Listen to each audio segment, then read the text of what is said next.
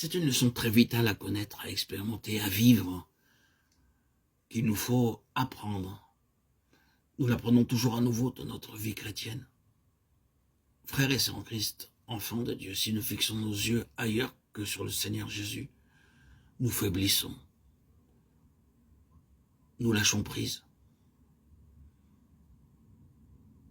Notre faiblesse peut provoquer notre chute.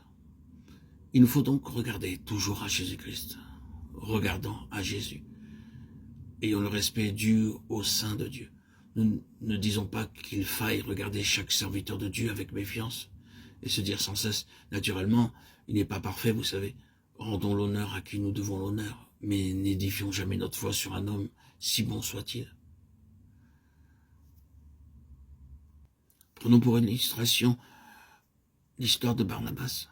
Paul avait mis Barnabas sur un piédestal, mais ensuite arriva ce jour terrible où Barnabas tomba du piédestal. Nous souvenons de la division qui s'était créée entre les chrétiens juifs et gentils, et le nouvel ordre de Christ demandait qu'ils soient tous un, mangeant et buvant ensemble. Pierre avait appris cette leçon de la maison de Corneille. Cependant, le jour arriva où de nouveau s'éleva toute cette question au sujet des juifs et des gentils, mangeant et buvant à la même table. Ce fut une dispute très forte. Et un jour très critique, Jacques était venu avec quelques-uns des autres frères de Jérusalem et Pierre avait quitté la table. Il craignait Jacques et ses autres frères de Jérusalem. Il dit, je ne dois pas faire voir à ses frères anciens que je mange avec les gentils. Et Paul dit, les autres juifs usèrent de la même dissimulation, de sorte que Barnabas lui-même fut entraîné par leur hypocrisie. Galates 2,13. Pensons simplement à cela, Barnabas. Je n'aurais jamais pensé que Barnabas puisse agir de la sorte. J'aurais cru qu'il était au-dessus de cela. Je suis très certain que ce fut un coup terrible porté à la confiance en l'homme pour Paul. Mais s'il avait continué à fixer ses yeux sur Barnabas, personne ne sait ce qui aurait pu arriver. Il dut donc tourner ses regards de Barnabas pour les fixer sur Jésus. Et c'est ce que Paul dut toujours faire. À beaucoup d'occasions et dans beaucoup de situations, il dut détourner ses yeux des hommes pour les fixer sur Jésus. Il y a une réelle impression de Paul dans cette lettre aux Hébreux regardant à Jésus. Quel que soit l'auteur de cette lettre, l'ombre de Paul la couvre. Son influence s'y retrouve partout. Et il a certainement été appelé à regarder à Jésus. Quant à nous-mêmes, je pense que nous sommes peut-être plus tentés de regarder à nous-mêmes qu'à autre chose. C'est l'un de nos exercices chrétiens réels. Il nous faut sans cesse détourner nos yeux de nous-mêmes et de tout ce qui nous touche. Il n'y a rien de plus décourageant que notre moi et rien de plus trompeur.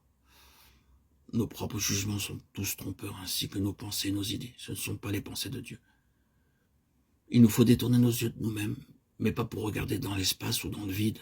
Regardons à Jésus. Et nous savons comment se termine cette phrase, Jésus le chef et le consommateur de la foi.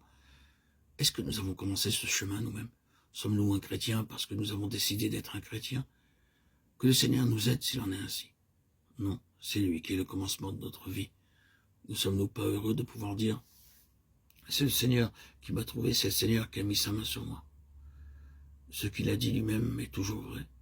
Ce n'est pas vous qui m'avez choisi, c'est moi qui vous ai choisi. Jean 15, 16. Il a été l'auteur de notre foi. Et il est dit qu'il en est le consommateur. Il l'accomplira. Lorsque nous arriverons au ciel, nous serons remplis d'étonnement d'y être arrivés. Nous regarderons les uns les autres en disant, oui, nous sommes ici. C'est une histoire merveilleuse. Comment sommes-nous arrivés ici? Nous ne le savons pas. Nous avions pensé tant de fois que nous ne pourrions jamais y arriver. Nous avions abandonné tout espoir. Mais nous sommes ici. Et ce sera simplement parce que Jésus est le consommateur. Croyons cela, chers amis, frères et sœurs en Christ bien-aimés. Croyons cela. Au jour de désespoir, de nos difficultés, regardons à Jésus. Il a dit, là où je suis, là aussi sera mon serviteur. Jean 12, 26. Alors même qu'il faudrait 1 millier de miracles, il agira pour nous amener là. Croyons-le. Croyons-le, frères et sœurs.